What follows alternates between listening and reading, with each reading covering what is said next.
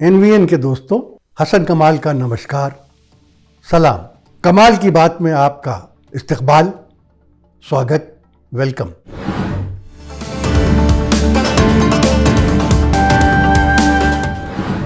दोस्तों, इस वक्त जब हम आपसे बात कर रहे हैं तो पंजाब में 115 सीटों की, वहाँ 117 सीटें हैं, मगर शायद 2 पर इलेक्शन नहीं हुआ है, 115 सीटों पर। और उत्तर प्रदेश के तीसरे चरण, थर्ड फेज, तीसरे मरहले की 59 सीटों पर वोटिंग पूरी हो चुकी। दोस्तों, आपको एक बात बताएं, हम यूपी से हैं। महाराष्ट्र में हमें कुछ लोग मजाक से और कुछ लोग प्यार से भैया कहते हैं, यूपी का भैया, और हमें बिल्कुल बुरा नहीं लगता, क्योंकि हम यूपी के भैया हैं। और यही नहीं, हम यूपी के देहाती भैया हैं, क्योंकि हमारा जन्म यूपी के किसी शहर में नहीं, यूपी के एक देहात में हुआ है। आप सोच रहे होंगे कि हमने ये क्या जिक्र छेड़ दिया, क्या वजह है, तो हम आपको बताते हैं। हमारे यूपी में सदियों से एक कहावत है, और वो कहावत ये है कि जब हवा पूरब से पश्चिम की तरफ चलती है तो उसे पुरवैया कहते हैं। पुरवैया का जिक्र आपने शायद बहुत से फिल्मी गानों में भी सुना होगा।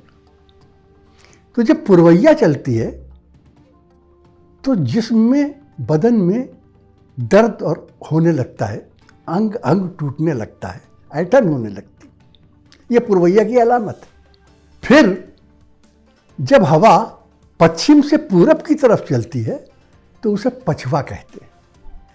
पछवा का मतलब यह है कि मौसम बेहतर हो रहा है, और यह भी हो सकता है कि उसके बाद बूंदाबांदी भी हो जाए। लेकिन उत्तर प्रदेश के असेंबली चुनाव ने सदियों पुरानी इस कहावत को उलट कर रख दिया है। यानी उत्तर प्रदेश में हवा पछवा चल रही। कैसे? पहले इलेक्शन हुए पश्चिमी उत्तर प्रदेश में, और अब धीरे धीरे बढ़ रहे हैं पूरब की तरफ। लेकिन इस पछवा हवा में बीजेपी के बदन में ऐंठन हो रही है, जगह जगह से टीसें उठ रही हैं, अंग अंग टूट रहा है। वजह क्या है? वजह यह है कि जो ग्राउंड जीरो से जो रिपोर्टें आ रही हैं, और हम किसी सर्वे की बात नहीं करते, हम तो उन्हें मानते ही नहीं। हम आवाम की बातें सुनते हैं, जनता की बातें सुनते हैं, बाज़ारों में, चाय खानों में, बसों में, ट्रेनों में, कि वो आपस में क्या बात कर रहे हैं। और उन बातों से हमें ये अंदाज़ा हो रहा है कि ये पछवा हवा जो है उत्तर प्रदेश में बीजेपी को रास नहीं आ रही। हमें शायद फिर भी यकीन नहीं आता। लेकिन हमने जब आरएसएस के चीफ श्री मोहन भागवत का ये बयान सुना कि वो अपने उत्तर प्रदेश के स्वयंसेवकों से कह रहे हैं कि भाई ये जो दो फेज हुए हैं, या ये मैं बात कर रहा हूँ जब सिर्फ 2 चरण हुए थे, 2 फेज हुए थे, तो ये कह रहे थे कि देखो स्वयंसेवकों, ये 2 जो फेजेस हुआ हैं इसमें बीजेपी का हाल ठीक नहीं है, इसलिए और मेहनत करो, जान लड़ा दो, नहीं तो मामला बहुत गड़बड़ है। तब जाहिर है कि हम चौंके। फिर उन्होंने एक बात कही, उन्होंने कहा कि ये जो इलेक्शन अभी तक हुए हैं उसमें बीजेपी को शायद कुल 30%, 30% सीटें मिलेंगी, उससे ज़्यादा नहीं। तो 30% का मतलब क्या हुआ? थर्ड फेज तक अभी तक कुल 172 सीटों का इलेक्शन हो चुका है। यानी कुल सीटें हैं, आप जानते हैं, 403। उन 403 में से 172 पर वोटिंग कंप्लीट हो चुकी है।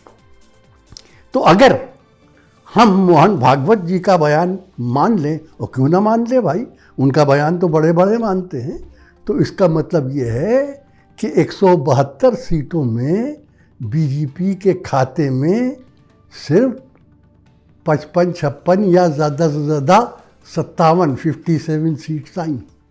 57 सीट्स का आने का मतलब क्या हुआ कि दूसरों को, यानी जो बीजेपी से के मुकाबले में जो पार्टियां हैं, ख़ासतौर पर गठबंधन, उनको अभी तक 172 में से कम 120 सीटें मिल चुकी।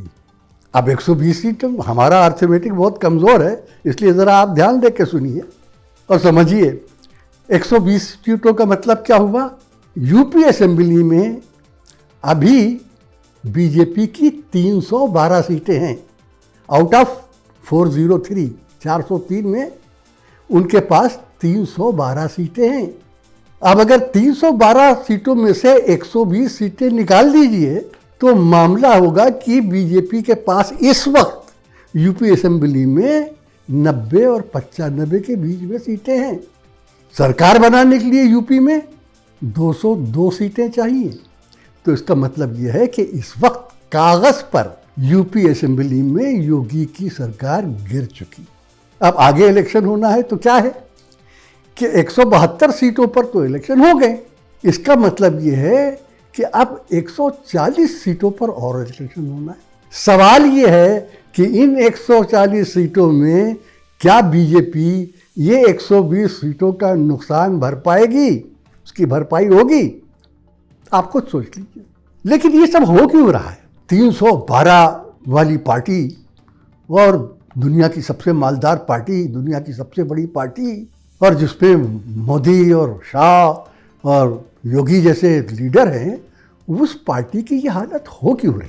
जो हमारी समझ में आता है दोस्तों वो ये है कि शायद ये मोदी शाह योगी टीम ने या बीजेपी ने या फॉर दैट मैटर आरएसएस ने कुछ सांप्रदायिकता, फिरका वाराना या कम्युनल कार्ड पर ज़रूरत से ज़्यादा भरोसा कर लिया। उन्होंने सोचा कि बस शमशान घाट, कब्रिस्तान, हिंदू, मुस्लिम, मंदिर, मस्जिद, तिलक, टोपी, ये उन्हें जिताने, उनका बेड़ा पार लगाने के लिए काफ़ी है। उनकी बदकिस्मती से और हम सब की खुशकिस्मती से ये कार्ड चला नहीं। कार्ड क्यों नहीं चला? क्योंकि कार्ड के मुकाबले में, इन इश्यूज़ के मुकाबले में क्या चीज़ें थी? महंगाई का पहाड़, बेरोज़गारी का पहाड़, और उसके साथ कोरोना की वजह से ठप कारोबार, बंद दुकानें, नौकरियां मिलने के बजाय नौकरियां छूटना, ये सब मसले इतने बड़े थे कि जिन्होंने ये मंदिर, मस्जिद, इन तमाम चीज़ों को ढाक के रख दिया। अब हमने पूछा अपने बीजेपी के दोस्तों से, हमारे दोस्त हैं, अब भी उनमें बहुत अच्छे दोस्त भी हैं, लखनऊ में भी हैं, कि भाई ये मामला हमें ये बताया जा रहा है और ग्राउंड ज़ीरो से ये रिपोर्टें आ रही हैं, इसमें कहाँ तक सच्चाई है? तो उन्होंने कहा कि नहीं, बातें आप सही कह रहे हैं, लेकिन एक बात समझिए कि बीजेपी के पास एक बहुत बड़ी कॉन्स्टिट्यूंसी है। मैंने पूछा कौन सी कॉन्स्टिट्यूंसी भाई? नहीं है कोई? कल के हाँ नहीं समझिए। मैंने कहा वो क्या है? कल के उस कॉन्स्टिट्यूंसी का नाम है बेनिफिशियरीज, लाभार्थी, फैजियाब, यानी वो लोग जिनको यूपी गवर्नमेंट की पॉलिसी से या मोदी गवर्नमेंट की पॉलिसी से बेनिफिट हुआ है, लाभ हुआ है, फ़ायदा हुआ है। वो लोग जिनको फ्री सिलेंडर मिले, वो लोग जिन्हें 5 किलो अनाज मुफ्त मिल रहा और कुछ पैसा किसानों के अकाउंट में। तो ये तमाम बहुत बड़ी कॉन्स्टिट्यूंसी है जो बीजेपी के पीछे खड़ी। तो हमने कहा कि चलिए फ़िलहाल ये छोड़ दीजिए कि वो जो सिलेंडर हैं उसमें से कितने इस्तेमाल हो रहे हैं और कितने में जंग लग गया। और गल्ले का जहाँ तक सवाल है तो क्या सिर्फ गल्ला ही ज़िंदा रहने के लिए काफ़ी है?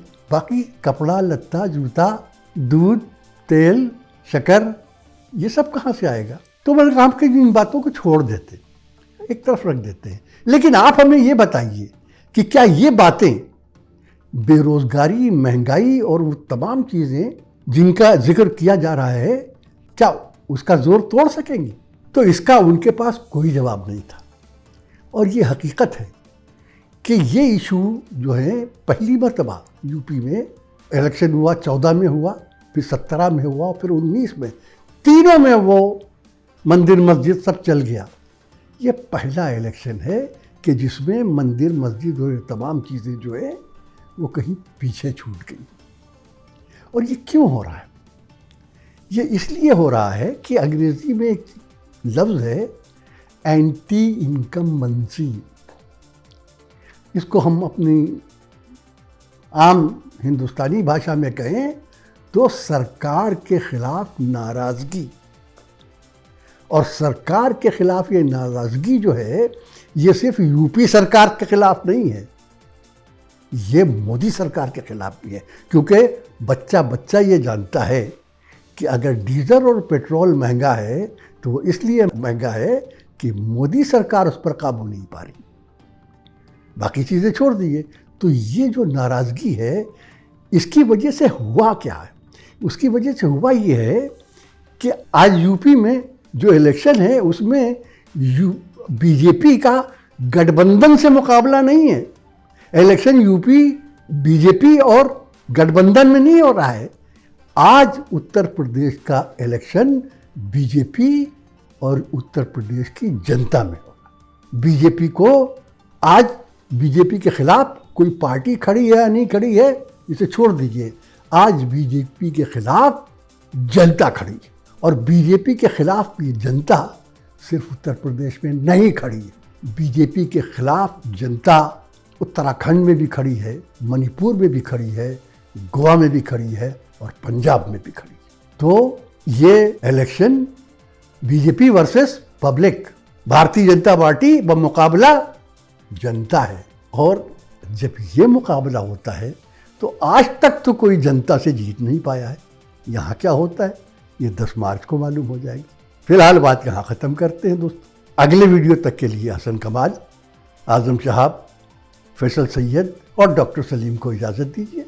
जय हिंद, खुदा हाफिज़।